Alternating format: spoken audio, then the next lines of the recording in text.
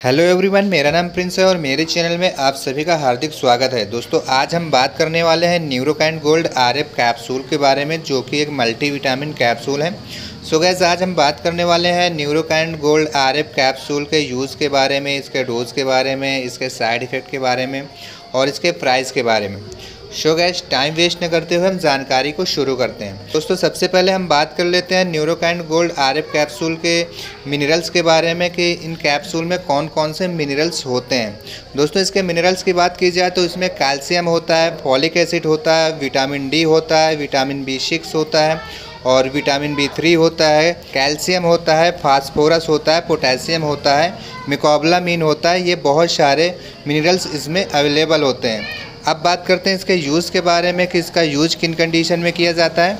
तो दोस्तों, इस कैप्सूल का यूज जो है सबसे ज़्यादा जब हमारे जोड़ों में, घुटनों में पेन होता है या फिर हमें ब्लड सर्कुलेशन की वजह से हमारे मांसपेशियों में पेन होता है, तो उस सिचुएशन में इसका सबसे ज़्यादा यूज किया जाता है।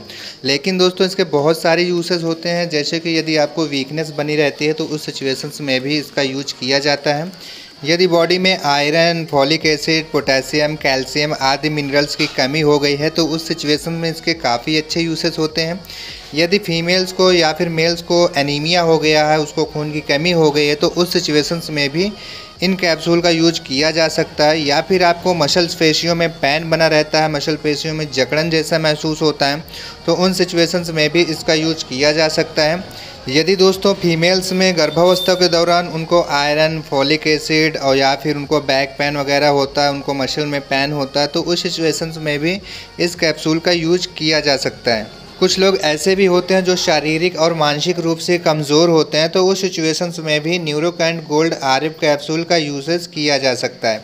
यानी दोस्तों, यह एक मल्टीविटामिन कैप्सूल होता है और मल्टीविटामिन कैप्सूल का यूज जब बॉडी में वीकनेस होती है तो उस दौरान सबसे ज़्यादा किया जाता है। लेकिन यह ऐसा एक मल्टीविटामिन है जो कि सबसे ज़्यादा इसका यूज जो है वो मसल पेशियों के पेन में या फिर जब हमारे घुटनों में दर्द होता है, जोड़ों में दर्द होता है, हमें ब्लड सर्कुलेशन की वजह से बॉडी में पेन होता है, बॉडी में झुनझुनाहट बनी रहती है, तो उन सिचुएशन में इस कैप्सूल का यूज़ बहुत ज़्यादा किया जाता है। सो गैस, अब बात करते हैं इसके प्राइस के बारे में कि इसके प्राइस क्या होते हैं। दोस्तों, इसके प्राइस की बात की जाए तो यह मार्केट में 89 रुपीज़ में इसकी 10 कैप्सूल्स आपको मिल जाती हैं।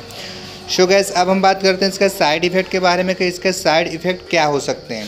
दोस्तों, इसके साइड इफ़ेक्ट की बात की जाए तो जैसे कि पेशेंट को नोज़िया वोमिटिंग महसूस होना या फिर उसको एब्डोमेन में पेन होने लगना या फिर उसको बहुत ज़्यादा गर्मी जैसा महसूस होना, पेशेंट को उलझन जैसा महसूस होना, ये इसके साइड इफ़ेक्ट हो सकते हैं। सो गैस, अब हम बात कर लेते हैं कुछ लोगों के डाउट्स के बारे में, क्योंकि बहुत सारे लोगों के अलग अलग क्वेश्चंस होते हैं। दोस्तों, कुछ लोगों के क्वेश्चंस ये होते हैं कि क्या सर इसे प्रेग्नेंट वुमेन यूज़ कर सकती हैं। तो बताना चाहूँगा कि यह एक मल्टीविटामिन कैप्सूल है जिसमें आयरन, फॉलिक एसिड और मिकोबलामीन, विटामिन B, पोटेशियम, फास्फोरस यानी बहुत सारे मिनरल्स होते हैं और एक प्रेग्नेंट वुमेन को इन्हीं सारे मिनरल्स की ज़रूरत होती है। सो प्रेग्नेंट वुमेन भी इसका यूज कर सकती हैं।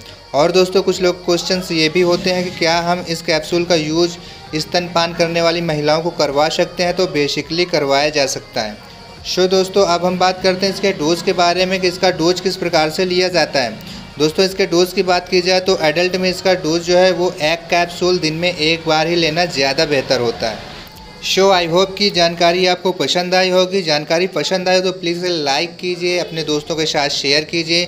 यदि आपके मन में कोई डाउट्स है, कोई क्वेश्चन है, तो आप हमें कमेंट बॉक्स में पूछ सकते हो। तो फिर मिलता हूँ मैं अपने नेक्स्ट वीडियो में, तब तक के लिए बेस्ट ऑफ लक।